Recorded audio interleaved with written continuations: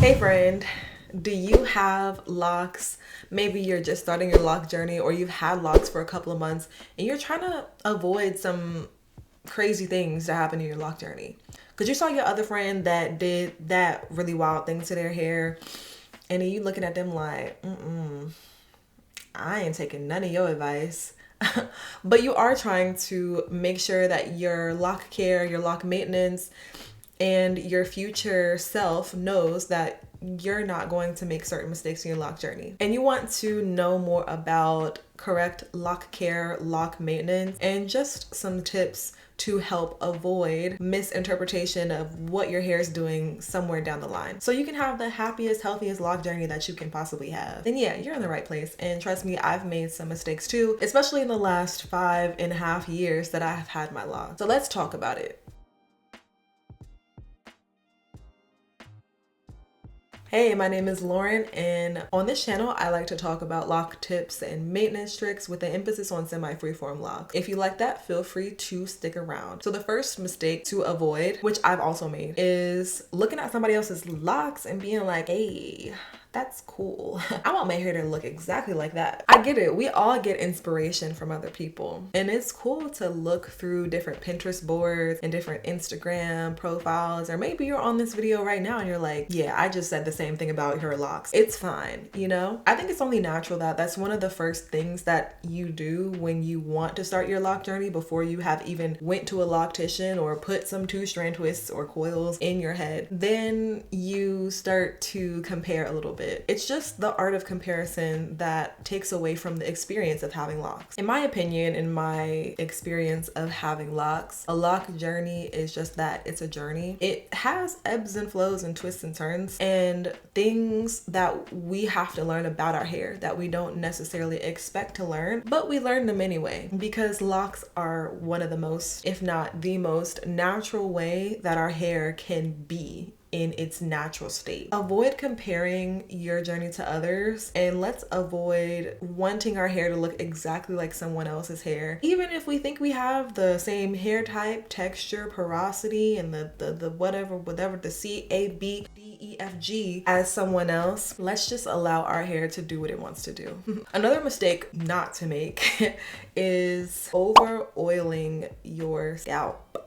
So the scalp has its own little biome going on. And when our scalp is dry and a little thirsty, a little parched, what it does is create natural oils called sebum. And that sebum is going to help our scalp get more moisturized. And sometimes that sebum also kind of travels down the length of the hair a little bit, but when you have locks, it can make that process harder, making our locks, you know, of course, drier than loose natural hair. Oiling your scalp is helpful, don't get me wrong. People who have locks, we have to be mindful of the type of oil that we're using on our scalp first and foremost. Know what oil works for you, and it might not be the same as what works for the next person. I personally enjoy not necessarily oiling my scalp, however, using a hydration mist that's water-based and misting my scalp. But that hydration mist also has some oils, carrier oils, and essential oils in them that help moisturize the scalp. But I personally feel like using oils directly on my scalp makes my scalp a bit more itchy earlier on and makes me need to wash it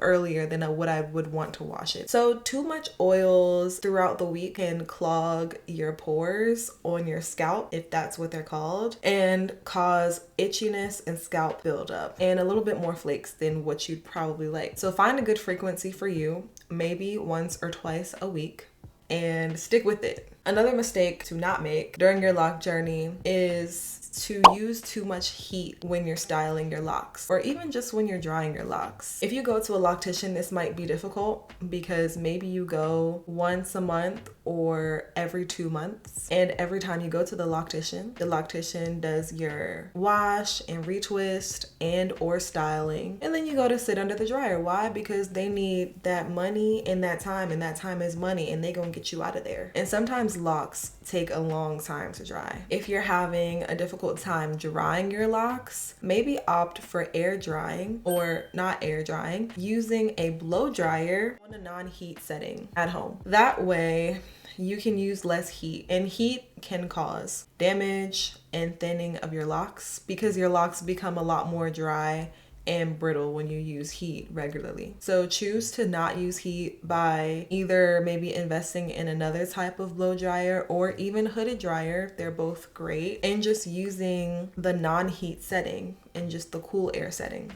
Okay, the next thing to avoid in your lock journey is using heavy products on your locks. I'm talking about the butters, the creams, the wax, heavy amounts of gel when doing a retwist. And again, if you go to somebody else and they do your hair for you, this can be harder. That's why I advocate on this channel for you kind of being your own loctician. Not to say you gotta kick your loctician to the curb. I'm just saying maybe you need to see them a little less if they're going a little wild on the heavy products on your locks. Check right now, check your locks by doing this and looking real close and seeing if there's any lock buildup when you squeeze your locks or when you bend them. And this is better when your locks are mature or your locks are a bit longer, because as our locks get longer, we're able to see kind of the patterns that we've been accustomed to putting our locks through. And you'll be able to see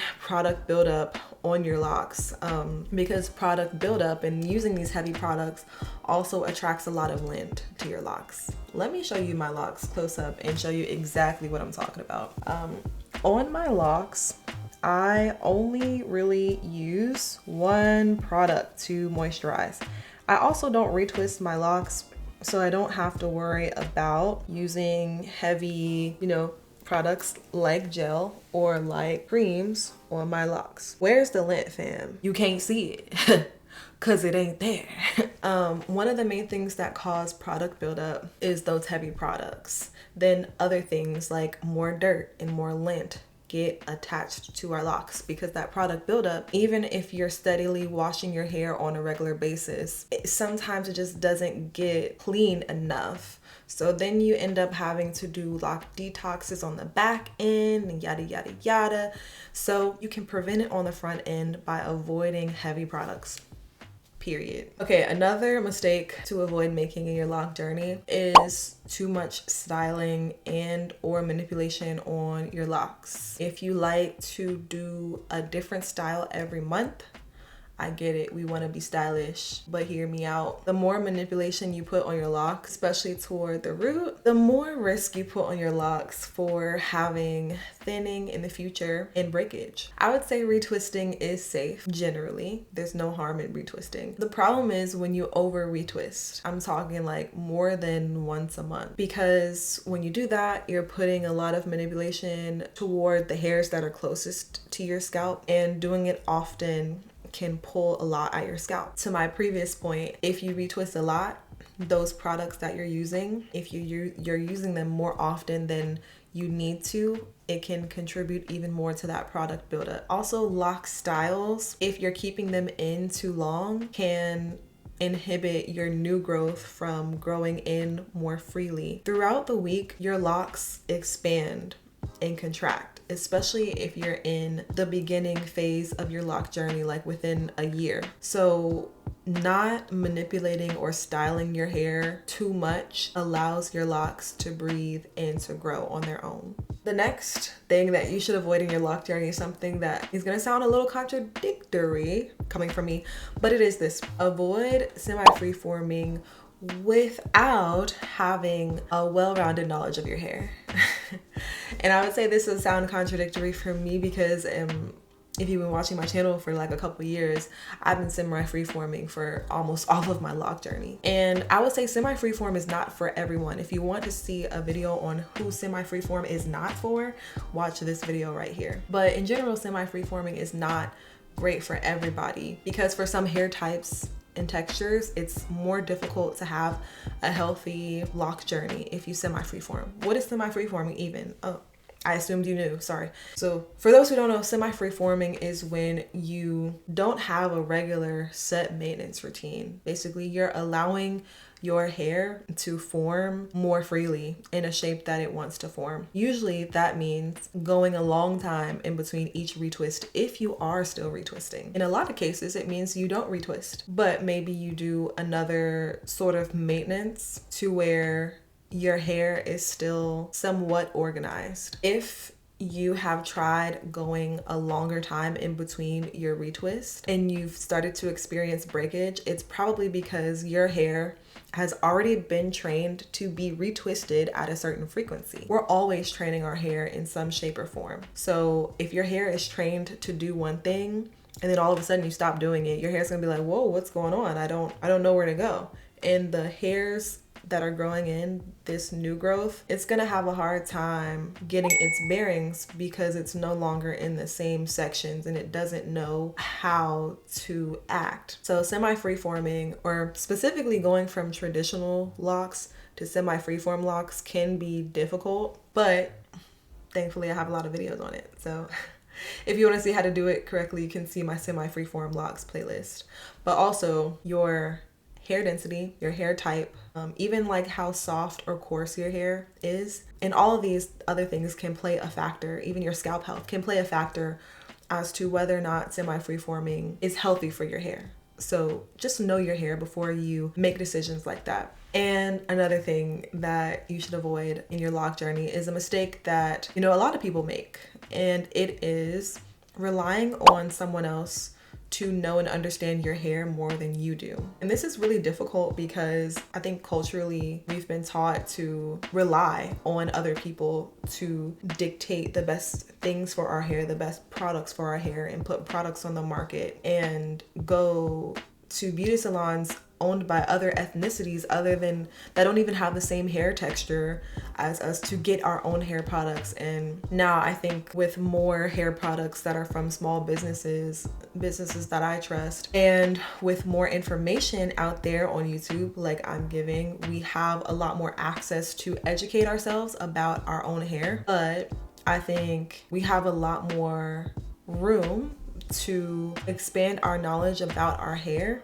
When I was younger, the rhetoric was like, the general rhetoric around Afro textured hair is that it takes too long to do our hair. Our hair is too wild. We need to tame it by putting chemicals in it, and we just don't want to deal with it. And it's so sad when I think about it, but I think that all of that and deeper rooted things that have happened culturally and historically have led us to believe that it's better to suppress how our natural hair is and rely on someone else also to know our hair better than we do, because we don't want to take the time to get to know our hair. It takes too much time. So I would encourage everyone to get to know your hair a lot more and lean into that part of the lock journey, because that's what it's really about. Understanding that your hair is not a one size fits all, and every head of hair is completely different, like a fingerprint. And it's great to go to a lock professional or a hairstylist, but they shouldn't know our hair more than we know our hair. That's all I'm saying. So let me know what new thing you learned from this video down in the comments below,